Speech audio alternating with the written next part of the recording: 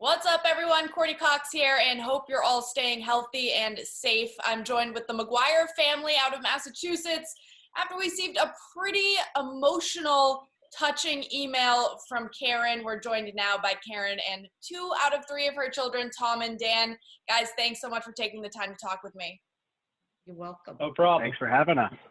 Well, you were part of a recent commercial that went out on NESN, and the reason that we got in touch with you guys was, like I said, Karen sent us a very touching email about that commercial that featured you and your dad. Tom, you're the one who saw the commercial first. Can you talk to us? I know why it spoke to you, but for everybody at home, talk us through how you found the commercial and why it was so special for you guys.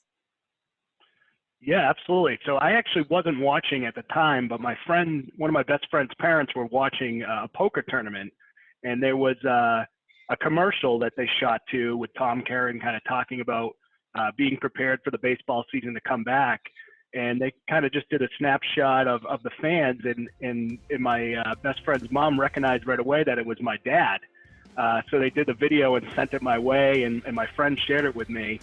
And immediately, like, they brought a smile to my face, you know, seeing him in that moment. It was kind of a chilling because it's the last thing that I really expected to see at that point. So I shared it to all my friends and my family members and my cousins, and everyone really, you know, kind of had the same reaction. Everyone was like really kind of shocked to see him at first, but it was very chilling, and it was like almost emotional, but in a happy way, right? To see him like in a place that he really loved, and seeing how happy he was in that given day with Dan.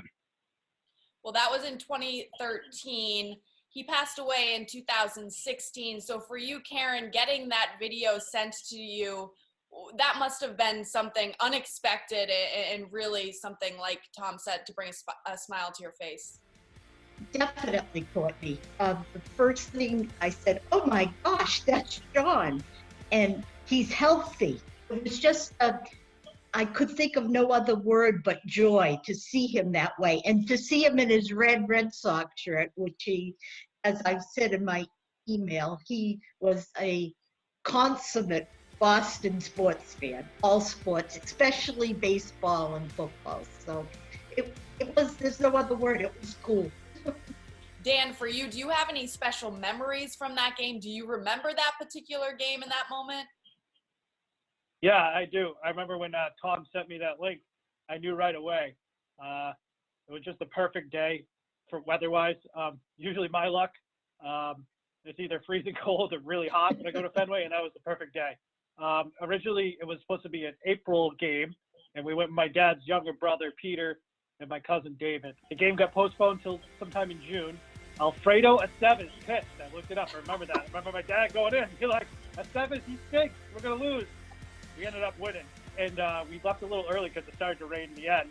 Then we went out to eat an early lunch after, and we went to a bar watching the second game because it was a doubleheader. And then right before the second game, there was something on a headline came out that says, Aaron Hernandez arrested. We're like, what? He couldn't have done that. And yeah, so that's a sorry, this wasn't bad news I brought up, but that's what happened. So unfortunately, I remember that, but I remember that it was so much fun. It was a perfect Fenway day.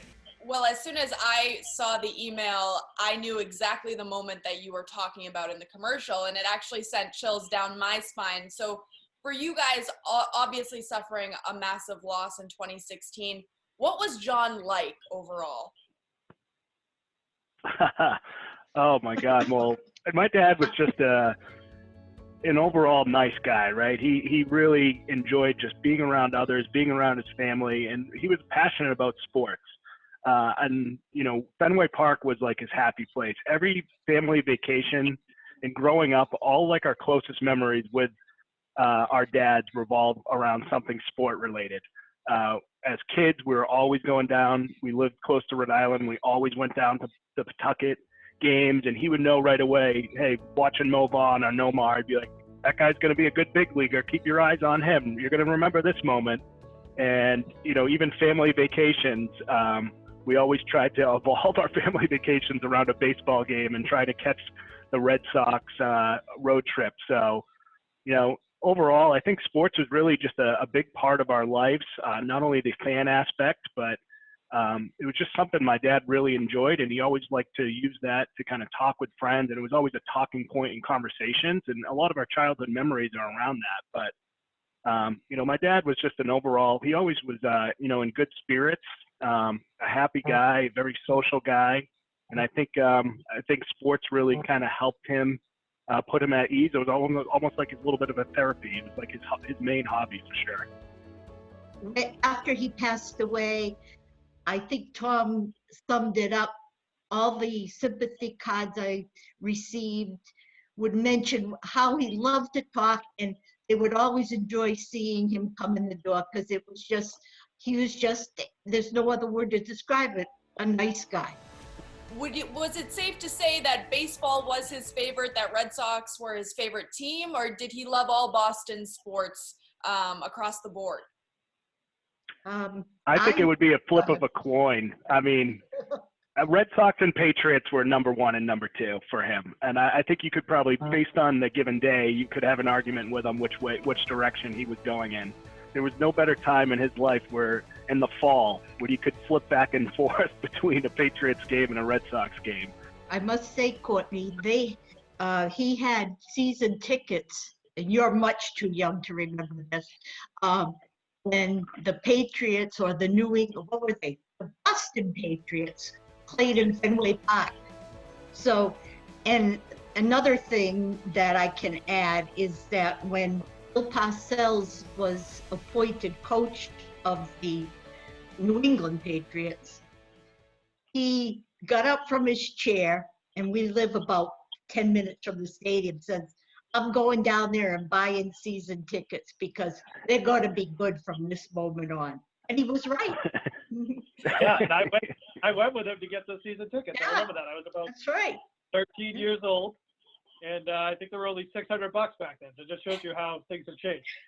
For two. See, I told you, he's just like his father. Who would remember that? Well, you guys, I can't tell you enough. Your email touched so many of us at NESN, so thank you for writing in. We're so honored that we were able to feature John on NESN, and we hope that you guys stay safe and healthy during this crazy time because sports will be back. And that was a nice little God wink from your dad. Thank you. Thank you. Thanks for having us. Thanks for having us.